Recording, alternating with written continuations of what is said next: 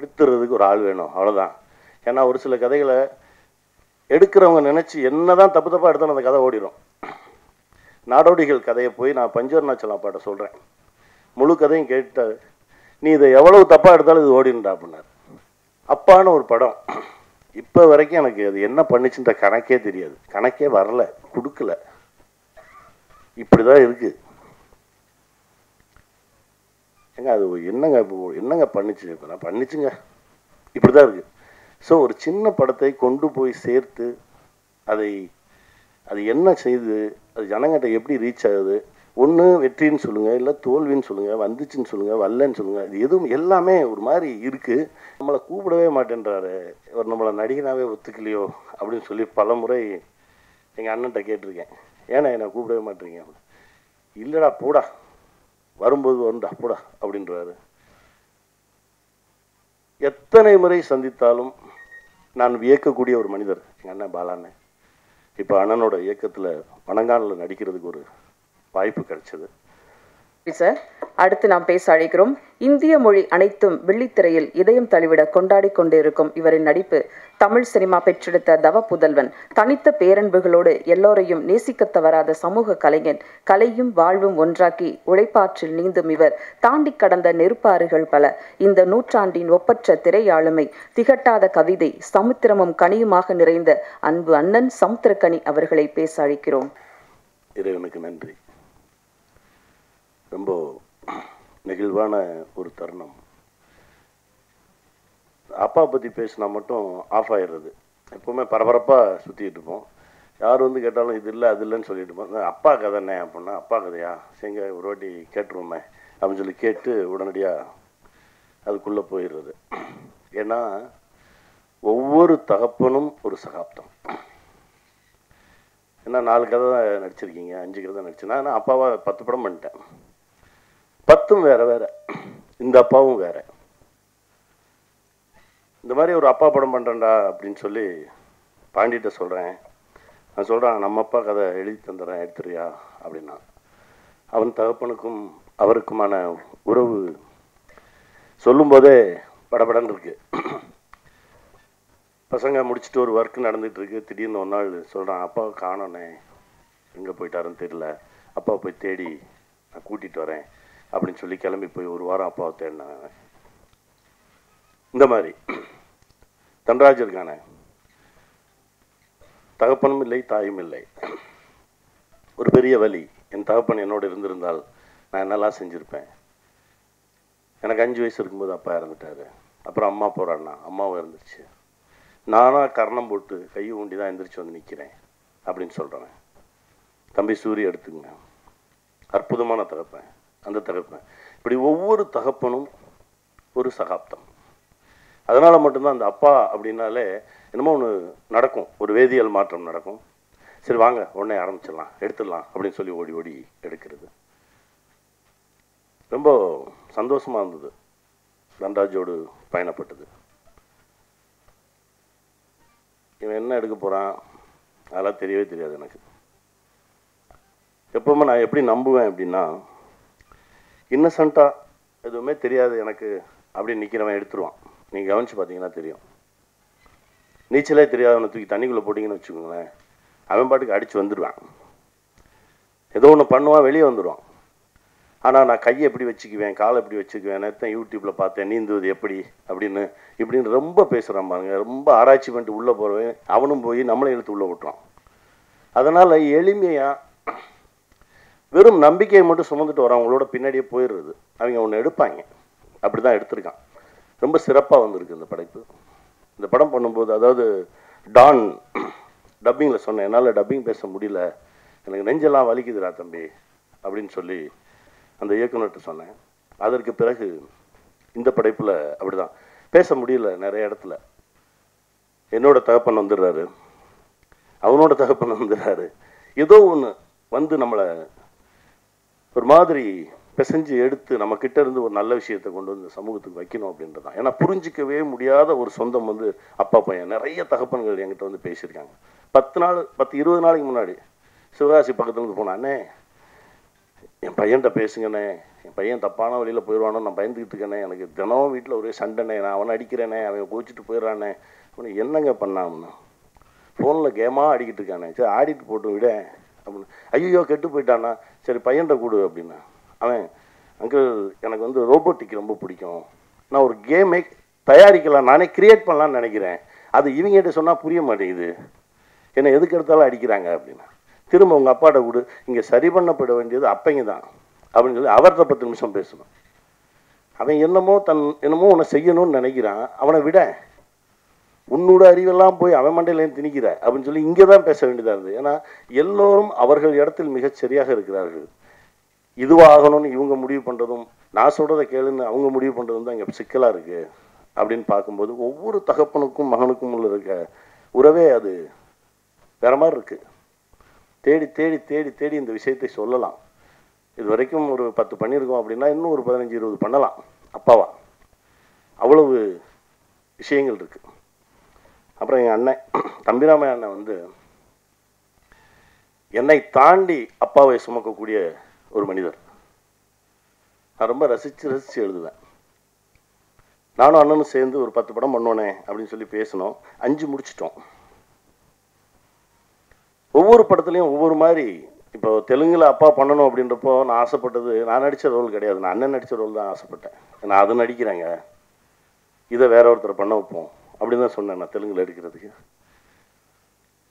அப்படி ஒரு ஆத்மாவோடு பயணப்படுறது வந்து, அதாவது என்னன்னா, சாட்டைன்னு ஒரு படம் ரிலீஸ் ஆயிடுச்சு. முதல் ஷோ பார்க்குறோம்.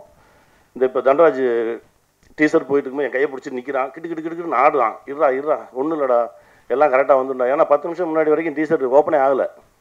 நான் சொன்னேன், அப்படி ஓப்பன் ஆகலைன்னா அந்த படம் ஹிட்ரா, தைரியமாக இரு, ஓப்பன் ஆகிடும். கையை பிடிச்சி நிற்கிறான், கிட்டுக்கிட்டுன்னு. இதே உணர்வு சாட்டை படம் ஃபர்ஸ்ட் டே ஃபர்ஸ்ட் ஷோ தேட்டரில் கை தட்டுறாங்க. என் பின்னாடி இருந்து என்னை அப்படியே கட்டி பிடிச்சிட்டு எங்கள் அண்ணன் முதல் முறையாக வெடித்து அழுகிறாரு. என்னண்ணே அப்படின்னு. நமக்கெல்லாம் யாரா இருந்தா, நம்மளா வந்தோம், நம்மளா விழுந்தோம், நம்மளா புரண்டோம், நம்மளா எழுந்தோம், இப்போ நிற்கிறோம், நம்மளையும் பார்த்து கை தட்டுறாங்க, நம்ம ஒரு நல்ல தளத்தில் தான் நின்றுட்டு இருக்கோம், இந்த இடத்த விட்டுறக்கூடாது தம்பி.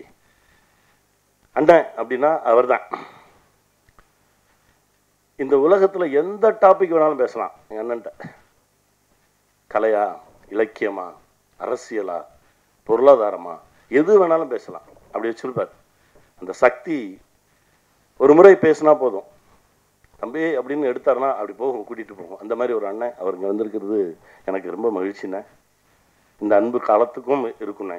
என் சுவாசம் இருக்கும் வரை உங்களுக்கு தம்பியாகவே இருப்பேண்ணே. நன்றிண்ணே. தம்பி பாண்டியை பற்றி பாண்டி சொன்னது தான், அவர் சொன்னது நான் திரும்ப சொல்கிற மாதிரி இருக்கும், அவ்வளோதான். தம்பி பேரன்பானவன். 2 ஆண்டுகளாக அவர் படம் பண்ணலன்றது அவரை விட எனக்கு தான் கோவம். ஒவ்வொரு முறை பார்க்கும்போது சண்டை போட்டுக்கிட்டே இருப்பேன். அவர் அதுக்கு பதில் சொல்லிக்கிட்டே இருப்பார். ஏன்னா அவன் சொல்கிறதுக்கு சொல்லுவேன், ஆரம்பிச்சிருங்கடா, இயங்கிக்கிட்டே இருக்கணும், ஓடிக்கிட்டே இருக்கணும்டா அப்படின்னு சொல்லி பிடிச்சி இப்போ ஆரம்பிச்சிருவார். தம்பி ரொம்ப மகிழ்ச்சி. தம்பி சூரி என்னடா, சூரிய கையை பிடிச்சிக்கிட்டு பாண்டிக்கு ஃபோன் பண்ணாரு, இவனை இழுத்து விட்டுறணும்டா, இவன் வந்துடணும்டா அப்படின்னு. அது இன்னைக்கு நடந்துருச்சு. ரொம்ப சந்தோஷமா இருக்குடா. போராளி பண்ணும்போது எனக்கு தெரியுது, இந்த ஃபர்ஸ்ட் டேயே போய் அந்த உட்காந்து எந்திரிச்சு ஆடுற சாங்கு, கொட்டு அடிக்கிறாங்க, உட்காந்து எந்திரிக்கணும். எனக்கு தெரியுது, திணறாங்க. சசியும் உட்காந்து என்ன 4 ஷாட் நடிப்பாங்க, காலையிலேருந்து உட்காந்து எந்திரிங்கன்னா. அப்போ ஒரு உந்துதல் ஒன்று நடந்தது. அப்போதான் சொன்னேன், தம்பி நாம் பட்ட கஷ்டத்துக்கு கரெக்டான கதவு திறக்கும்போது விட்டுறாத, ஓடிடு அப்படின்னு. இன்னைக்கு என் தம்பி ஒரு கதையின் நாயகனாக உயர்ந்து நிற்கிறான். இப்போ அவர் நடித்த ஒரு படத்தில் போய் நடித்தேன். ரொம்ப மகிழ்ச்சியாக இருந்தது. மனசார சொல்கிறேன், உன் மனசுக்கு இன்னும் நிறையா பெரிய படைப்புகள் அவர். வாழ்த்துக்கள் தம்பி, மகிழ்ச்சி. தீபக் என் புள்ள. ஆக்சுவலாக ஸ்மால் ஸ்க்ரீனில் 2000 அண்ணின்னு ஒரு சீரியல் பண்ணேன். அப்போ என் 3 பசங்க, சாரகேஷ், கௌஷிக், தீபக், இவன் கடைசி பிள்ளை. முதல்ல அவனை பார்க்கும்போது ஒரு சீரியட் அடிச்சுட்டார். அப்போ தான் காலேஜ் முடிச்சு வந்திருக்கான். என் முன்னாடி அப்படி அடிச்சுட்டு அப்படின்னு ஸ்டைலாக நின்றுட்டு இருந்தான். அவனோடு பேசும்போது பழகும்போது அவனுடைய தகப்பனுக்கும் அவனுக்குமான உறவு இதையெல்லாம் அவன் என்கிட்ட ஷேர் பண்ணும்போது இப்போ அவன் வேறு வேறு தளத்தில் வளர்ந்து ஒரு இடத்துல வந்து நிற்கிறான். ரொம்ப சந்தோஷமாக இருக்குது. வாழ்த்துக்கள் தீபா. ஹரீஷ், நல்லா வருவாடா, போராடு, ஜெயிப்போம். பாபி, என் தம்பி, ஒவ்வொரு முறையும் எப்போ சந்தித்தாலும் சரி அவர் ஒரு சக்தி கொடுப்பான். பாபி பாபி பாபி என் தயாரிப்பாளரை பற்றி சொல்லணும். என்னென்னா, அவரை நான் பார்த்ததே இல்லை, பார்க்கவே இல்லை. நான் படம் ப்ரொடியூஸ் பண்ணுறதுக்கு நம்ம ஷூட்டிங்கில் தான் ஃபஸ்ட் டைம் சந்திக்கிறேன். என்னை பார்க்காமலே என் மீது ஒரு பேரன்பு கொண்ட ஒரு தம்பி. இந்த மொமெண்ட் வரைக்கும் அண்ணன் சொன்னால் சரி, அண்ணன் சொன்னால் சரி, அண்ணன் சொன்னால் சரி அப்படின்னு சொல்லி ஏங்கிட்டு இருக்கான். அவருடைய மனசுக்கு இது மாதிரி பல படைப்புகள் வரும். அண்ணன் இந்த படத்தை தமிழில் நாடோடிகளில் ரிலீஸ் பண்ணுவோன்னே அப்படின்னு சொல்லி என்கிட்ட கேட்காமலே வெளியில் வந்து பார்த்தா நாடோடிகள் வேறு போட்டிருக்காங்க. என்னடா இது நடக்குது அப்படின்னா, இல்லைண்ணே இது உங்கள் படம்ண்ணே, நீங்கள் வச்சுக்கோங்கண்ணே, நீங்கள் தமிழில் நாடோடிகளில் ரிலீஸ் பண்ணுங்கண்ணே அப்படின்னு சொல்லி சொன்ன தம்பி. எந்த விதமான கணக்கு வழக்குகளெல்லாம் கிடையவே கிடையாது. இது அதையும் தாண்டி ஒரு மாபெரும் உறவோடு வந்திருக்கான். வாழ்த்துக்கள் பிருத்திவி, வாழ்த்துக்கள். அப்புறம் என் மாப்பிள்ளை லைட்டு போட்டிருப்பான். காலையில் வந்தோடனே நான் வர்றதுக்கு முன்னாடி போய் ரெடி பண்ணி, இங்கே வைக்கவா, இங்கே வைக்கவா, இங்கே வச்சா அவன் திட்டுவானா, இங்கே வச்சா திட்டுவானா. நான் வந்து போய் பார்ப்பேன். பார்த்துட்டு எனக்கு அந்த லைட்டு பிடிக்கல அப்படின்னா, பிடிக்கலன்ட்டானா, அதை ஆஃப் பண்ணிடுங்க பார்க்கணும், எனக்கு இது பிடிக்கல, அப்போ அதை எடுத்துரு, உனக்கு என்ன பிடிக்குதோ அதை எடுப்பேன்டா அப்படின்னு சொல்லி என் கூடவே ட்ராவல் பண்ணிட்டு இருக்கக்கூடிய மாப்பிள்ளை. 18 நாளில் எடுத்தோம். அந்த வினோதை சித்தம்னு சொன்னால் யாருமே நம்ப மாட்டாங்க. அப்படி ஒரு உழைப்பாளி. அவனும் என் பக்கத்தில் இருக்கணும்னு ஆசைப்பட்டேன். நிற்கிறான். தண்டராஜ் முதல்ல வேற ஒரு டைரக்டரை கூப்பிட்டு வந்தாங்க. அண்ணே இவர் தானே டைரக்ட் பண்ணுவார் அப்படின்னு. சரி, கதை நல்லா இருக்குது, கதையை கெடுக்காமல் எடுத்துறதுக்கு ஒரு ஆள் வேணும், அவ்வளோதான். ஏன்னா ஒரு சில கதைகளை எடுக்கிறவங்க நினச்சி என்ன தான் தப்பு தப்பாக எடுத்தாலும் அந்த கதை ஓடிடும். நாடோடிகள் கதையை போய் நான் பஞ்சவர்ணாச்சலம் அப்பாட்ட சொல்கிறேன். முழு கதையும் கேட்டார். நீ இதை எவ்வளவு தப்பாக எடுத்தாலும் இது ஓடிடுண்டா அப்படின்னார். அந்த மாதிரி ஒரு சில கதைகள் அமையும். அப்படிப்பட்ட கதை இது. நான் தான் சொன்னேன், டே இதை கரெக்டாக எடுக்கிறதுக்கு ஒரு ஆளை கொடுங்கடா, அது போதும் அப்படின்னா.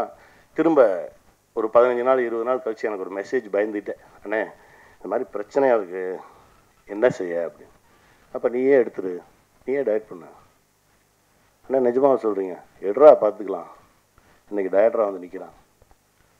ஒவ்வொரு ஷாட்டும் அவ்வளவு தெளிவாக, அவ்வளவு க்ளீனாக, கடைசி டப்பிங் பேசுகிற வரைக்கும். போன படத்தில் நீங்கள் விமானம் படத்தில் வந்து கொஞ்சம் டப்பிங் கிராமர் மிஸ்டேக் இருந்தது. இதில் கிராமர் மிஸ்டேக்கே இல்லாமல் நீங்கள் டப்பிங் பேசுனீங்கன்னு இருக்கணும். எனக்கு கூட கொஞ்சம் டைம் கொடுங்க, இன்னொரு 1 டே கொடுங்க அப்படின்னு சொல்லி என்னை உட்கார வச்சு முழுக்க எந்த விதமான இலக்கண பிழையும் இல்லாமல் எடுத்தார். ரொம்ப நன்றி தம்பி. இன்னும் நல்லா பெரிய இடத்துக்கு வருவான், நல்லா இருப்பான். எங்கள் அண்ணன் படம் முதல் படத்திலிருந்து வியந்து பார்த்தேன். நம்மளை கூப்பிடவே மாட்டேன்றாரு, இவர் நம்மளை நடிகனாவே ஒத்துக்கலையோ அப்படின்னு சொல்லி பல முறை எங்கள் அண்ணன்ட்ட கேட்டிருக்கேன். ஏன்னா என்னை கூப்பிடவே மாட்டேறீங்க அப்படின்னு. இல்லைடா போடா, வரும்போது வருண்டா போடா அப்படின்றாரு. எத்தனை முறை சந்தித்தாலும் நான் வியக்கக்கூடிய ஒரு மனிதர் எங்கள் அண்ணன் பாலாண்ணன். இப்போ அண்ணனோட இயக்கத்தில் வணங்கானில் நடிக்கிறதுக்கு ஒரு வாய்ப்பு கிடைச்சது. அது ஒரு அழகான ஒரு பயணமாக இருந்தது. ரொம்ப சந்தோஷம் எனக்கு அதில். அண்ணன் எங்கேயுமே வரமாட்டாங்க. அண்ணனோட தொடர்பு கொண்டு அண்ணனை இந்த மாதிரி வாங்கன்னு கூப்பிட்றதே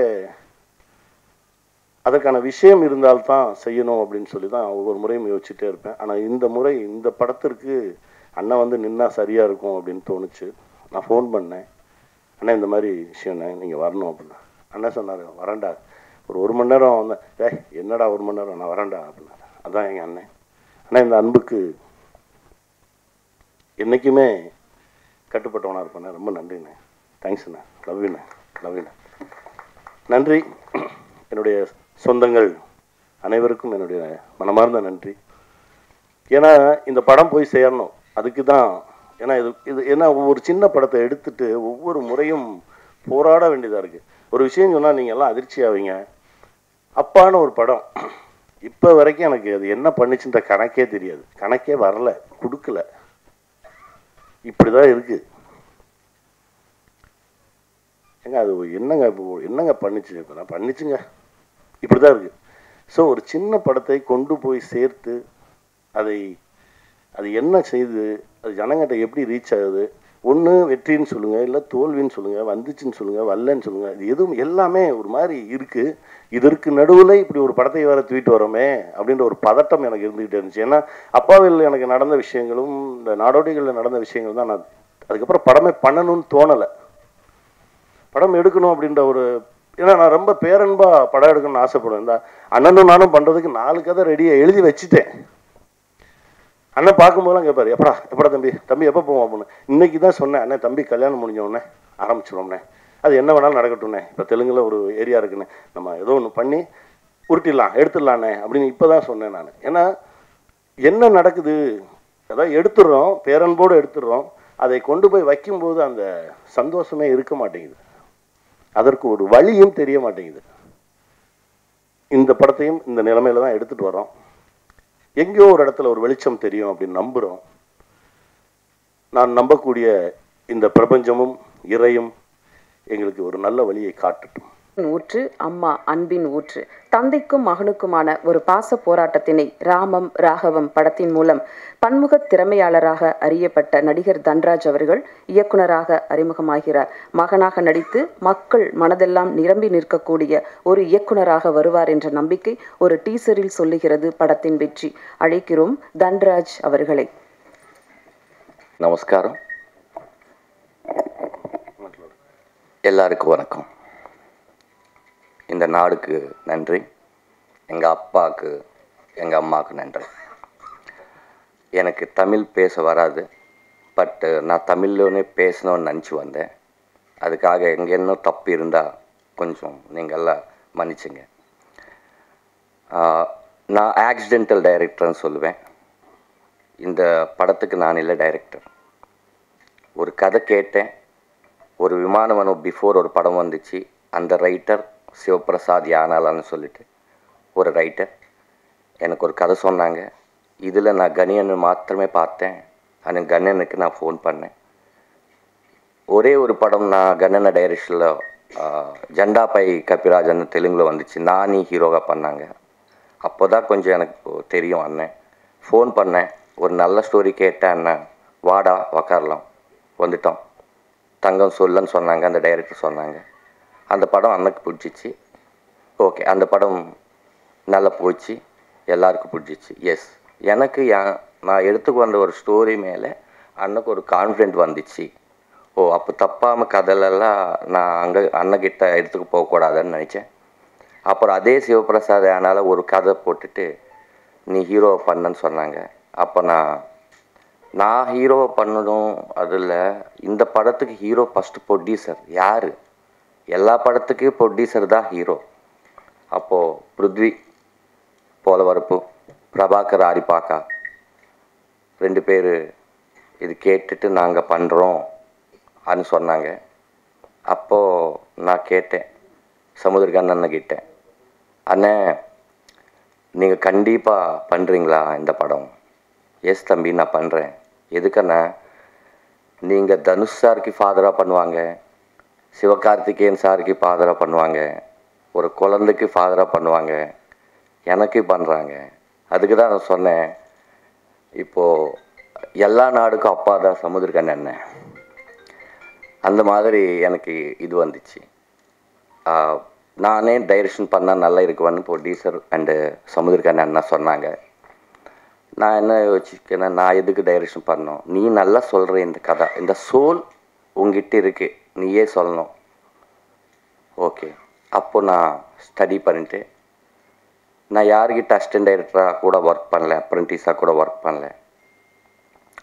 நான் ஒரு 100 ஃபிலிம்ஸ் பண்ணேன், ஆக்ட் பண்ணேன். அந்த டைரக்டர் எல்லாம் எங்கள் குரு தான். ஒரு டைரக்டர்கிட்ட ஒரு ஷார்ட்டில் எப்படி பண்ணுறாங்க, எந்த லென்ஸ் போடுறாங்க, எந்த எமோஷனுக்கு ட்ராலி போடுறாங்க, அதெல்லாம் பார்த்துட்டு அங்கே தான் நான் கற்றுக்கிட்டேன். எல்லா டைரக்டரும் எங்கள் குரு தான். அப்புறம் இந்த படம் ஒரு அப்பா பையன் காதல் கதை. இந்த படத்தில் என்ன சொல்ல போகிறோம்னா, ஒரு நிஜாயித்தின்னு சொல்லுவாங்க, ஒரு நிஜாயித்தியம் ஒரு இருந்த கதை எல்லாருக்கும் சொல்லணும்டா. அன்றைக்கி சமுத்திரகாந்த் அண்ணன் எவ்வளோ பிஸியாக இருந்தால் கூட எனக்கு 30 days கொடுத்தாங்க, ஒன்றும் பேசலை லொக்கேஷனில். அப்படியே உக்காந்துட்டு நான் அண்ணா லெஃப்ட் பாருங்கள், ரைட் பாருங்கள், இந்த டைலாக் தெலுங்கு கட்டு, நெக்ஸ்ட் தமிழ், அந்த மாதிரி தான் every short Tamil and Telugu எடுத்துட்டேன். எனக்கு சமுத்திரக்கண்ணன் அண்ணா இல்லைன்னா இந்த படமே இல்லை, இந்த ராமம் ராகம் இருக்காது. அது முடியாது. எனக்கு தெரியும். என் தைரியம் எங்கள் அப்பா சமுத்திரக்கண்ணன் அண்ணா தான். அப்புறம் என் ப்ரொடியூசர் கொஞ்சம் அதிகமாகுது, இந்த மாதிரி கதைக்கு வைக்கலாம்னா அவன் துபாயில் இருப்பான். அங்கேருந்து வந்துட்டு இன்னைக்கு எஸ்டர்டே மார்னிங் வந்தாங்க. இந்த ப்ரமோஷனில் பார்த்துட்டு அப்புறம் இந்த நைட் போகிறாங்க. அங்கே ஒரு பிஸ்னஸ் இருக்குது, அதெல்லாம் பண்ணிவிட்டு ஒரு ஃபேஷனுக்காக வந்த தம்பி பிருத்வி. லாஸ்ட்டில் நான் ஒரு 2 விஷயம் சொல்லணும். நான் எல்லார்கிட்ட அவன் சொல்லுவாங்க. அப்போ யாரோ சொன்னாங்க அவன் சொல்லக்கூடாது, அவர் சொல்லணும், அவங்க அப்படி சொல்லக்கூடாது. அது என்னன்னா அவன் இவன் படம் பார்த்தேன், அதை பாலா சார் அவன் தானே வச்சுட்டாங்க. அந்த மாதிரி நான் நினச்சிட்டு எல்லாரும் அவனன்னா ஒரே இங்கிலீஷில் யூக்கு எப்படி மீனிங் வந்துடுமோ அந்த மாதிரி தான் நானும் நினச்சேன். அப்புறம் அண்ணா கிட்ட நான் பாபி டார்லிங் கிட்ட பேசினா நான் முன்னாடி இருப்பேன், நான் சப்போர்ட் பண்ணுவேன். ஹரிஷ் கிட்ட பண்ணால் நான் சப்போர்ட் பண்ணுவேன், எல்லாரும் நான் சப்போர்ட் பண்ணுவேன்.